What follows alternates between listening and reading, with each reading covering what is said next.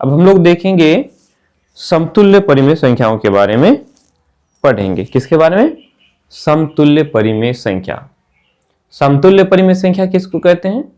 ऐसी परिमेय संख्याएं जो समान हो, जो बराबर हो, यानी बराबर, जो बराबर हो, उन परिमेय संख्याओं को हम लोग कहेंगे समतुल्य परिमेय संख्या। यहां लिख भी दिए हैं, ऐसी परिमेय संख्याएं जो परस्पर, परस्पर मतलब आपस में बराबर हों, एक दूसरे की समतुल्य या फिर तुल्य कही जाती है।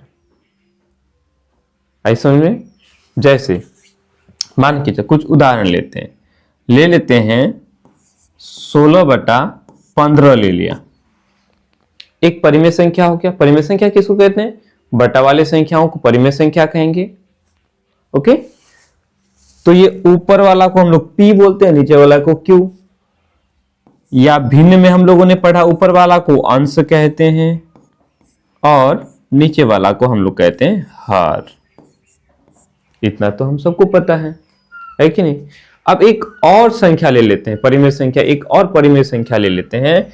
वो ले लेते हैं, मान के चलते हैं 30 और 32/30 को ले लेते हैं।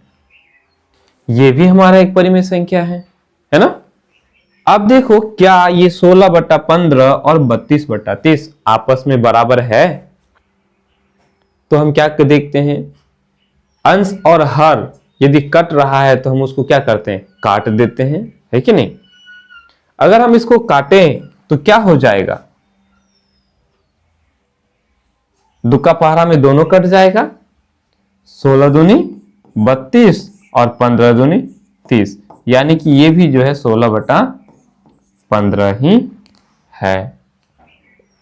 एक उदाहरण के तौर पर ले लिया, मान के चलते परिमेय संख्या है ना, तो हम कहेंगे कि ये जो 16/15 है और 32/30 है, ये दोनों आपस में बराबर है। इसका मतलब ये हुआ, कहेंगे कि 16/15 जो 16/15 का समतुल्य 32/30 है। 32/30 है, या फिर 32/30 जो है 16/15 का समतुल्य है। ऐसा समझे? ये इन सभी संख्याओं को हम लोग कहते हैं समतुल्य परिमेय संख्याएं, और एक दूसरे को कहेंगे समतुल्य परिमेय संख्या। ये इसका समतुल्य परिमेय संख्या, ये इसका समतुल्य परिमेय संख्या। कोई दिक्कत? कुछ और उदाहरण लेते हैं ताकि अच्छे से क्लियर आप लोगों को हो जाए।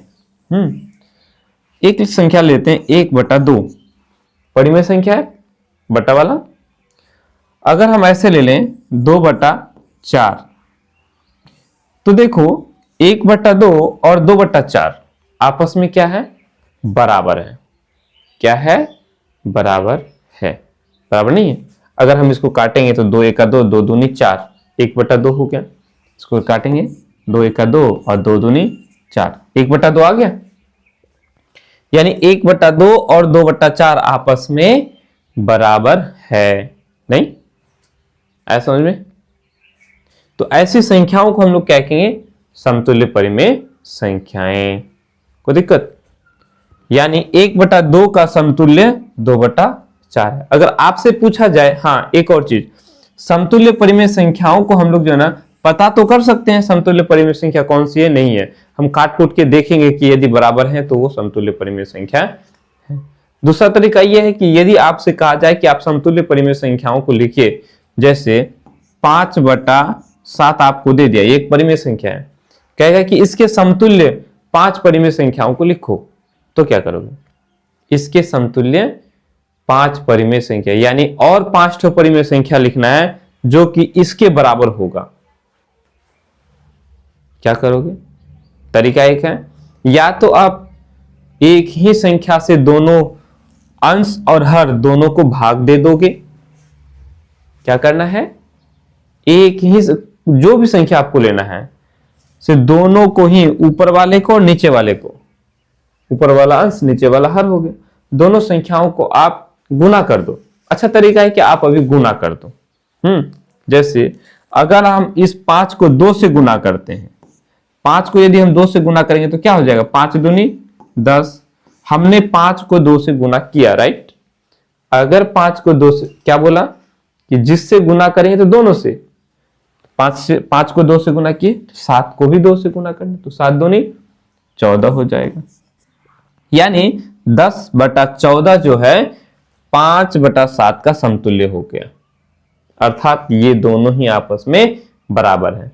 तो एक तो हमने लिख लिया, 5 अगर लिखने बोला जाए तो आप क्या करोगे, एक और लिखना है भाई। एक और लिखने के लिए आप क्या करोगे, इसके ही समतुल्य होना चाहिए, तो आप फिर क्या करोगे, आप 5 को किसी दूसरे संख्या से गुना करो। 2 से तो हमने कर लिया, 30 से कर लेते, तो 5 तिया 15। हमने 5 को 3 से गुना किया, क्या किया, 3 से गुना किया।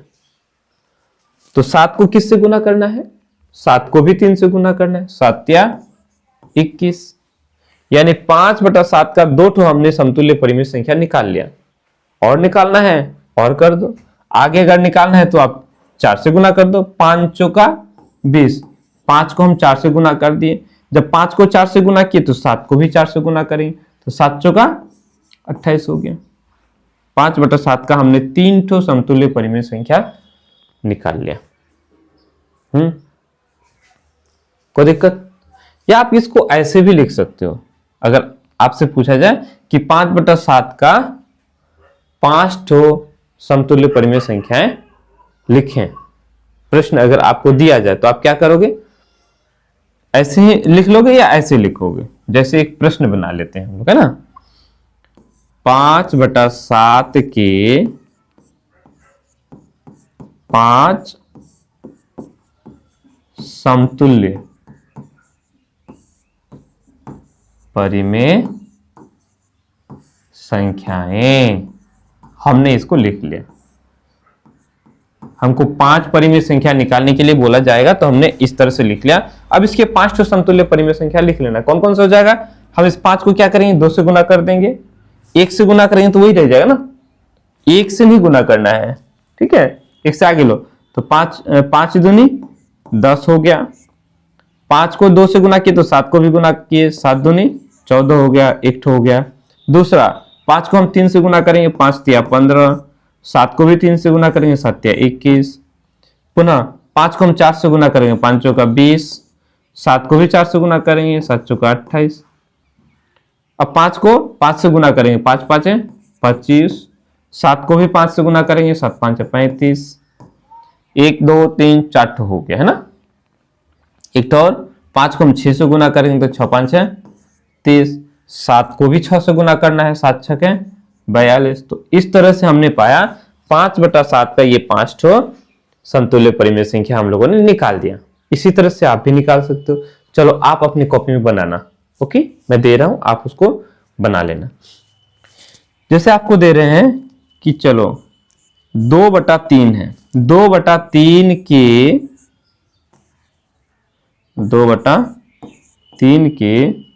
7 समतुल्य परिमेय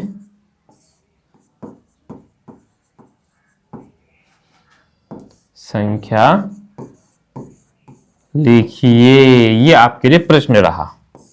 आपको मैंने समतुल्य परिमेय संख्या ज्ञात करना या समतुल्य परिमेय संख्याओं के बारे में बताया, आपने कितना समझा उसके लिए आपके पास ये एक प्रश्न है।